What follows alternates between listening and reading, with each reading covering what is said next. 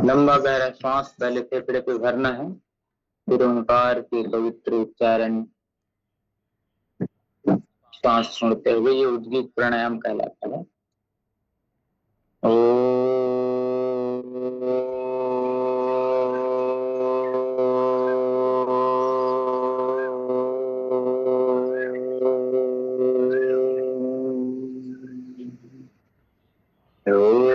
भूर्भुवस्वः तत्सवितुर्वरेण्यं भर्गो देवस्य धीमहि धियो यो नः प्रचोदयात्।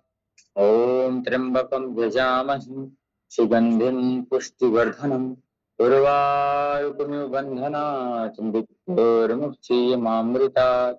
ओम असतो मा सद्गमय तमसो मा ज्योतिर्गमय मृत्योर्मामृतं गमय। ओम शांति शांति शांति। लिखिए दोनों हाथ अच्छे से रख करते हुए दोनों आंखों पे चेहरे पे लगा करके धीरे से और लिखेंगे। अभी जो हमारी शिक्षा पद्धति है वह मैकॉले की दी हुई शिक्षा पद्धति पे चल रहे हैं। भारतीय शिक्षा पद्धति, भारतीय शिक्षण बोर्ड का गठन हो चुका है।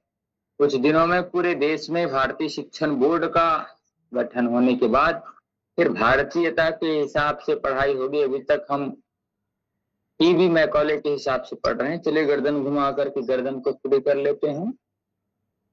तो भारतीय शिक्षा पद्धति अभी जो चल रही है वह स्वपोषित शिक्षा पद्धति है कि मुझे काम कैसे मिल जाए, मुझे नौकरी कैसे मिल जाए, इसके लिए है। देश धर्म समाज राष्ट्र क्या कर रहा है, कैसे कर रहा है, इसके लिए कोई मतलब नहीं अभी की शिक्षा पद्धति में। क्योंकि टीबी मैकॉले का है उद्देश्य था कि व्यक्ति गुलाम बन करके रहे, उसको हमको तोड़ना कैसे है। 565 रियासतें हैं, अखंड भारत था, उसको तोड़ने का प्रयास टीबी मैकॉले के द्वारा किया गया था। खंड खंड बांटने का प्रयास। उसके बाद लॉर्ड माउंटबेटन ने लास्ट कड़ी खेल दिया था। इंडियन इंडिपेंडेंस एक्ट 1946 अपने हाउस ऑफ कॉमन्स में पारित करके कि भारत के सभी राज्य चाहे तो एक साथ रह सकते हैं एक देश बन करके, या अलग अलग स्वतंत्र राष्ट्र के रूप में। दो देश का तो विभाजन करना ही था, भारत और पाकिस्तान। या तो बाकी राज्य इसमें मिल जाएं या तो फिर स्वतंत्र रहें। ऐसा पेच खेल करके माउंटबेटन आखिरी तक भारत को तोड़ने के लिए तत्पर था। बाकी सभी देशों ने मिलकर के भारत में जाना पसंद किया। कुछ देशों, कुछ हमारे राज्यों को, प्रांतों को भड़का दिया गया था। हैदराबाद का रियासत, जूनागढ़ का रियासत और कश्मीर राजा हरि सिंह का रियासत। तो हरि सिंह को हटा दिया गया था कि आपकी संस्कृति अलग है, आप महान हैं, आपके पास इतनी झील है, इतनी अच्छी संस्कृति है, सभ्यता, आप अलग देश बनाइए। और बेचारा भड़काव में आकर के अंग्रेजों के आगे पीछे करिएगा पैर को कर रहे। तो ये और हमारी जब कृषि संस्कृति थी, ऋषि की संस्कृति थी, तब भारत महान था, उस समय महान था। उस समय की शिक्षा पद्धति में बहुत ही क्रांतिकारी विचार किया जाया करता था बच्चों को। तो आज हम देखते हैं, उस समय कहा जाता था उत्तम खेती मध्यम बान और चाकरी करे तो कुकर निदान, ऐसे कहते।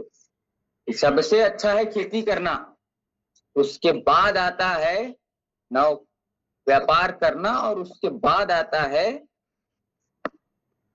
नौकरी करना। लेकिन आजकल क्या हो गया है, सबसे अच्छा नौकरी मान रहे हैं, उसके बाद व्यापार को, उसके बाद फिर खेती को। स्थिति ही वैसी बन गई है। षड्यंत्र जिसने डुबोने का चाहा ना उसने पूरे तरीके से डुबो दिया। चाहे हरित क्रांति की बात लेकर के देखें, चाहे कुछ भी देखें, या श्वेत क्रांति, इसमें तो हम बर्बाद हुए। हमको उठाने के चक्कर में, हमारे पास इतनी अच्छी न्याय व्यवस्था थी, मनुस्मृति, गीता, महाभारत, रामायण से लेकर ना लेकर के कौन सा, ये लोग जब धर्म के नाम पे बंटवारा हुआ ही था कि उधर दूसरा है इधर दूसरा है, तो फिर इधर में इधर का कानून लागू होना चाहिए ना भाई। एक जगह बता रहे हैं कि बर्फ है और एक जगह आग है, तो आग वाले की जगह आग की तरह व्यवहार हो रहा है, लेकिन बर्फ वाले के साथ भी आग वाला व्यवहार हो रहा है, ये तो गलत है ना। तो गलत का विरोध नहीं करेगा तो फिर गड़बड़ है। चलिएगा, दोनों पैर खोल करके चक्की चालन का अभ्यास करते हैं, श्वास छोड़ते हुए सामने, श्वास भरते हुए। तो ईबी मैकॉले की जो शिक्षा पद्धति है उसमें ना देशभक्ति है ना राष्ट्रभक्ति है। देशभक्ति और राष्ट्रभक्ति 15 अगस्त, 26 जनवरी और कुछ गानों पे सिमट करके रह गई है। इसका उदाहरण हम देते हैं, सुनाते हैं, हम तो बहुत दुख होता है कि जापान का देश है, एक ऐसा देश है जहां एक चोर चोरी करने गया और चोरी करते करते करते उसके घर वाले उठ गए और अचानक बटन दब गया और उस बटन में था राष्ट्रगान। वहां का राष्ट्रगान सुनते ही वो खड़ा हो गया, सावधान की मुद्रा में खड़ा हो गया कि मेरे देश का राष्ट्रगान चल रहा है। वो चोर था और उसको पकड़ लिया गया। अब उसको ले जाया गया, क्यों जी तुमने चोरी किया है? हाँ साहब मैंने चोरी किया है। तुम पकड़े गए? तो मैं पकड़ा नहीं जाता साहब, राष्ट्रगान चालू कर दिया इन्होंने, इनके डोरबेल में लगा था और उसको सुन के मैं खड़े हो गया, तो ये लोग मेरे पकड़ लिए। तो उसी के कारण उसको छोड़ दिया गया कि तुमने ईमानदारी पूर्वक राष्ट्रगान का सम्मान किया, एक हाथ आगे पीछे करेंगे। जापान की और बात आती है, विशेषता जो स्वदेशी पे चल करके आगे बढ़ा है। 6 अगस्त और 9 अगस्त को 2 परमाणु बम गिराने के बाद पूरा देश ध्वस्त हो गया था, लेकिन स्वदेशी के मुद्दे पे चल के बढ़ा है। अगर भारत स्वदेशी के मुद्दे पे चल के रहता तो रूस, यूक्रेन सबसे आगे रहता, अमेरिका से भी आगे रहता या उसके समकक्ष रहता। अगर हम अपने स्वदेशी नीति पे चलते तो, अभी कहाँ स्वदेशी नीति पे चल रहे हैं भैया। श्वास छोड़ते हुए अंगूठे से पकड़ना, श्वास भरते पूरा पीछे ऐसे नीचे, श्वास छोड़ते हुए। तो जापानियों के बारे में कहा जाता है कि मित्सुबिशी नाम की कंपनी, स्वदेशी कंपनी ने उनको उजागर। कैसे अच्छे से करेंगे? 10 बार कर लीजिए, 10 बार 20 बार, आपको जितना करना है। श्वास भरते हुए पीछे जाइएगा, श्वास छोड़ते हुए सामने। तो वहां के नागरिकों के बारे में बताया जाता है कि वो अगर किसी बस में बैठ करके सफर कर रहे हैं तो वहां सुई धागा लेकर के चलते हैं, टेप लेकर के चलते हैं, कुछ सामग्री लेकर के चलते हैं। अगर वहां का बस में अगर कोई सीट फट गया है तो उसको सिलाई कर देते हैं। हमारे यहाँ तो और फाड़ देंगे, ले और नाम लिख देंगे। ये शिक्षा पद्धति का दोष है, संग दोष कहते हैं। जिसके साथ रहते हैं उसका, अंग्रेजों के साथ रहे, कुछ लोगों के साथ रहे, उनका संग हमारे साथ आता है। इसलिए संगति अच्छी रखनी चाहिए, तभी गति अच्छी होगी, नहीं तो दुर्गति होगी। दोनों पैर खोल करके उसके बाद ये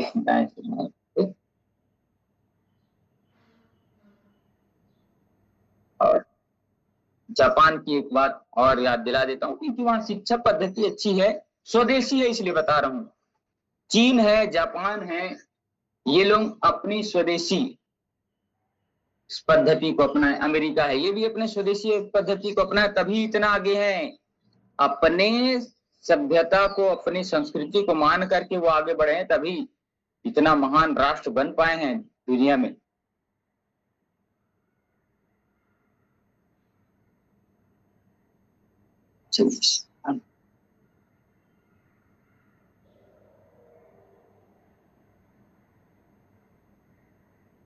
चलिएगा, दोनों पैर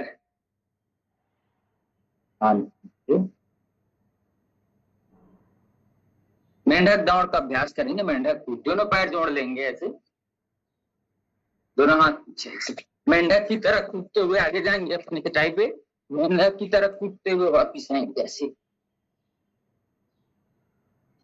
तो हमें अपनी, चलिए आगे पीछे एक दो बार और करिए। तो हमें अपनी संस्कृति सभ्यता को जब तक नहीं अपनाएंगे तब तक ऐसे भटकते रहेंगे, लटकते रहेंगे। तो जापान की बात आई थी। तो एक बार एक भारतीय व्यक्ति दार्शनिक जापान गया और वहां बस पे बैठा था और सामने जा करके देखा, अरे बस स्टैंड के बाहर उतरा और देखा कि यहाँ पे कुछ भी नहीं है। हाँ तो यहाँ पे कुछ नहीं मिल रहा है, यहाँ तो फल नहीं मिल रहा है यार। ऐसे करके आके बैठ गया। वहां पे कोई सुन रहा था कि अरे मैं उतरा जापान के शहर पे, मुझे यहाँ फल नहीं मिला, केला नहीं मिला। अब उस बात को सुन करके वो आकर के बैठा और वहां पे एक तो व्यक्ति देख रहा था, उसको बुरा लगा और वो बोला, कहीं से दौड़ करके गया, भाग करके गया और ऐसे बात, वो एक टोकरी केला ला करके दिया और बोला, ओ मिस्टर जी, आपको केला चाहिए ना, ये केला रखिए, लेकिन कभी ये मत कहना कि जापान में ये नहीं मिलता। इतनी देशभक्ति, इतनी राष्ट्रभक्ति उनके यहाँ है कि एक चोर राष्ट्रगान के सम्मान में खड़े रहते हैं। और यहाँ तो हमारे कुछ ऐसे महान नेता हैं जो राष्ट्रगान के समय भी हाथ पैर हिलते रहता है। तो ये शिक्षा पद्धति का, शिक्षा पद्धति अच्छी तो सब चीज अच्छी। चलिए बैठ करके ताड़ासन करना, सीधे बैठेंगे, कमर गर्दन सीधे रखते हुए, हाथ हथेली पे रखते हुए सीधे तानेंगे, कमर गर्दन सीधे, एकदम पेट चिपका हुआ तान करके रखेंगे यथासंभव दोनों हथेलियां कान से चिपकी हो, सांस छोड़ते हुए नीचे। तो जब तक स्वदेशी की नीति पे भारत नहीं चलेगा, समृद्ध बन ही नहीं सकता। स्वदेशी भाषा, स्वदेशी भेषा, स्वदेशी भेषज, स्वदेशी भोजन, स्वदेशी भजन, स्वदेशी चिंतन, हर चीज में स्वदेशी होना चाहिए, तभी हम दूसरों का टक्कर ले सकते, नहीं तो फिर हो गया काम तमाम। सांस भरते हो, पर उसके बाद दाहिनी ओर जितना झुक सकते हैं, श्वास भरते हुए बीच में, श्वास छोड़ते हुए, सब जगह से निचोड़ यही मिलता है कि देश महान तभी बना जब वह अपनी संस्कृति सभ्यता पे बना। हमारी संस्कृति तो गौ, गीता और गायत्री की संस्कृति थी, इस तीनों को हमने भुला दिया, तब हमारा ये हाल है।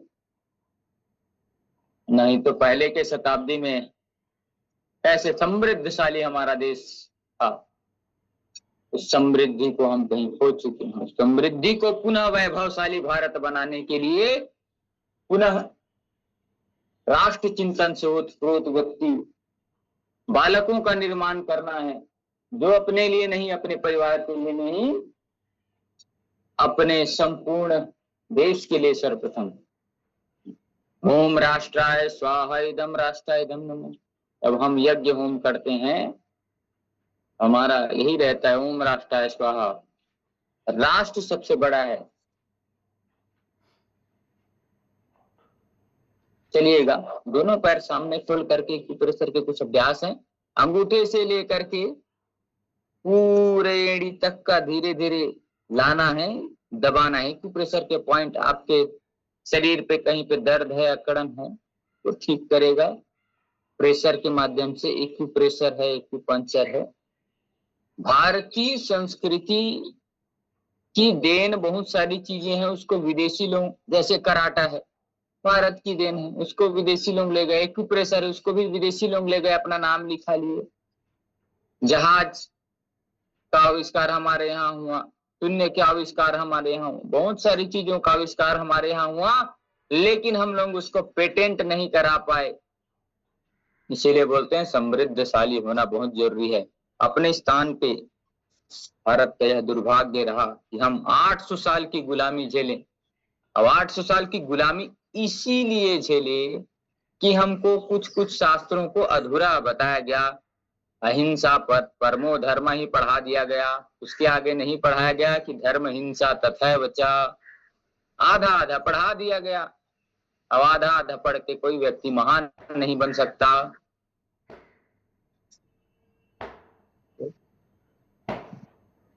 ये सब भारत को गर्त में डालने वाली शिक्षा पद्धति थी। तो शिक्षा पद्धति को बदलना है, उसके लिए क्रांतिकारी पहल हो रही है। उसमें हम सबको भी उसको प्रयास करना है कि वो आगे बढ़े, क्योंकि यहाँ अच्छी चीज को करने के लिए भी हजार अड़ंगे आ जाते हैं, क्योंकि सबको मुफ्त में और फोकट में खाने की आदत बनी है। इसके कारण ये सब वैसे दोनों पैरों को थोड़ा मारते हैं, हल्का हल्का हल्का हल्का। एक्यूप्रेशर एक्यूपंक्चर बहुत अच्छा पद्धति है। थपकी थेरेपी बहुत जरूरी है, शरीर की थपकी बहुत ही कम होती है। कैसे कैसे हम कर सकते हैं आपको बताया जाता है। ऐसे देखने में तो छोटा लगता है, लेकिन जो मालिश की पद्धति है, मालिश सबको करना चाहिए, और नहीं तो कम से कम सप्ताह में एक दिन शरीर की तेल की मालिश करनी चाहिए, जिससे रोम कुछ खुलते हैं, शरीर पे रिलैक्सेशन का भाव होता है। नहीं तो आप करके देखिए, आपको कितना राहत मिलेगा। और आजकल जो घटनाएं घट रही हैं, इतना भी देख रहा हूं मैं। पहले क्या बोलते थे, जितनी चादर उतनी पैर फैलाओ, और अभी की स्थिति क्या है, जब तक जियो सुखी से जियो, उधारी में लेकर के घी पियो, ऐसा वाला उद्देश्य चल गया जहां, तो फिर काम तमाम हो गया वहां। इतना केस आ रहा है, तो 4 लोग कार में मर गए, फांसी में मर गए, तो और कुछ हो गए, तो जहर खा मर गया। कारण क्या था? कर्जा था। अरे भाई, कर्जा जितना चुका नहीं सकते उतना आप कर्जा मत करिए। आपको अगर लगाना है तो आपका बैक सपोर्ट है कि नहीं ये देखिए, उसके बाद कर्जा लीजिए। भाई आपने अपने माथा फोड़ने के लिए मत लीजिए, मरना ही है तो बात अलग है। आप 1 करोड़ की ले रहे हैं तो आपकी देखना है कि 1 करोड़ का मैं लिया हूं, 1 करोड़ का मेरा बैक सपोर्ट है कि नहीं, और नहीं तो 50 लाख का है कि नहीं, तो 50 लाख को मैं मेंटेन कर सकता हूँ। बैक सपोर्ट रहना चाहिए, अपने पास कुछ सॉलिड चीज रहना चाहिए। सॉलिड चीज में आप जमीन गहने कुछ भी रख सकते हैं, इतना रखिए, तब कर्जा लीजिए। तो फिर ठीक है, चल रहा है जैसे दिया है भगवान ने, चलाइए। जितना अत्यधिक का नहीं, जो जितना जरूरी है उतना तो सब चीज करना पड़ता है। जो जरूरी है और काम जरूरी है, और जो फालतू का है उसके लिए तो बचना चाहिए। अध्ययन करिए, इसीलिए कहता हूं मैं, अध्ययन करना चाहिए, हर चीज का अध्ययन करना चाहिए। हम अपने समाज, अपनी सोसाइटी पे देखना चाहिए कि कौन व्यक्ति क्या कर रहा है, कैसे कर रहा है। अध्ययन ये जरूरी है। अध्ययन धर्मशास्त्रों का अध्ययन भी होता है, अध्ययन अच्छे लोगों का अध्ययन होता है, अच्छे विचारों का अध्ययन होता है, समर्थवान व्यक्तियों का अध्ययन होता है, और जो देश में दुनिया में जो सक्षम है, जो सफल व्यक्ति हैं, उनका अध्ययन जरूरी है। तब हमको मालूम पड़ता है कि इन्होंने कैसे तकलीफों को झेल करके, कैसे अपनी समस्याओं को झेल करके ये एक्यूप्रेशर, ये जो घुटना है ना, घुटने के नीचे इधर काफ मसल्स को रोज मालिश करना चाहिए। ये इससे गट हेल्थ ठीक होता है, और जिसका गट हेल्थ ठीक है उसका दिमाग ठीक है। दोनों एक दूसरे से कनेक्टेड हैं। जिसका पेट खराब उसका दिमाग खराब हो, जिसका दिमाग खराब उसका पेट खराब होगा ही। दोनों एक दूसरे से कनेक्टेड। तो ये इसको दबाना बहुत जरूरी है यहाँ पे। तो संस्कृति बचेगी तभी हम बचेंगे, आपकी पहचान बचेगी तब आप बचोगे। आपकी पहचान क्या है? सबकी अलग अलग विशेषताएं होती है। व्यक्तिगत उसकी पहचान और विशेषता हटा दो तो फिर वह चीज नहीं रह जाएगा। विकृत ना करें, प्रकृति पे रहें। मंडूकासन का अभ्यास करते हुए दोनों हाथ नाभि के बगल में श्वास छोड़ते हुए आगे झुकना है। यथासंभव कमर में दर्द है तो आगे नहीं झुकेंगे। हार्निया और हाई बीपी है तो पीछे नहीं झुकेंगे। पेट में कोई घाव या ऑपरेशन हुआ है, या प्रेगनेंसी के टाइम या मेंसेस के टाइम इस अभ्यास को नहीं करना है। कपालभाति और इसको बाकी सभी अभ्यास कर सकते हैं। सावधानी बहुत जरूरी है, बगैर सावधानी के कोई भी काम किया गया तो फिर नुकसान है। सावधानी हटी और दुर्घटना घटी कहते हैं। किसी को बीपी की समस्या, हाई बीपी, और वो स्पीड से भस्त्रिका प्राणायाम और कपालभाति करेगा तो उसका बीपी और बढ़ेगा, तो फिर वो योग को बदनाम करेगा।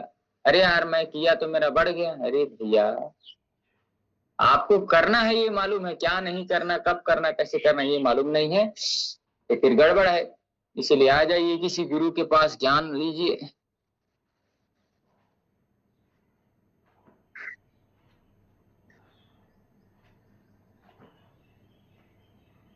एक्सपर्ट की राय इसीलिए बोलते हैं,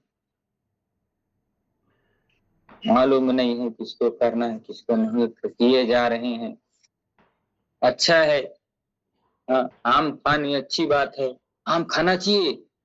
क्या है, फलों का राजा है। लेकिन जिसको अत्यधिक गर्मी है, जिसको खाज खुजली होता है, हमेशा खुजली हो जाती है, जिसको गर्मी रहता है, पित्त की प्रकृति है, उसको आम ज्यादा खिलाया जाएगा तो उसका काम तमाम हो जाएगा।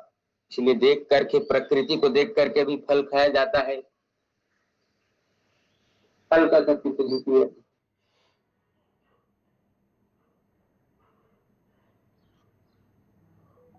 जो बात वैज्ञानिक और सही है ऐसी ही बात बताने की कोशिश करता हूं। मेरे द्वारा हमेशा ये उद्देश्य रहता है, मैं भले किसी का भला ना कर सकूं लेकिन किसी का नुकसान ना हो। आपका फायदा ना हो तो कोई बात नहीं, लेकिन आपका नुकसान ना हो ऐसी चीजें कभी नहीं बताता।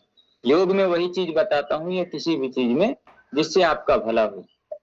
क्योंकि भला करो भगवान सबका भला करो, हे प्रभु दया निधान सबका भला करो। चलिए, सबका भला करते करते भस्त्रिकारण कपालभाति करते हुए हम आगे टॉपिक्स पे आएंगे। तो पूजा बहन से निवेदन है कि अपना टॉपिक्स लेंगे।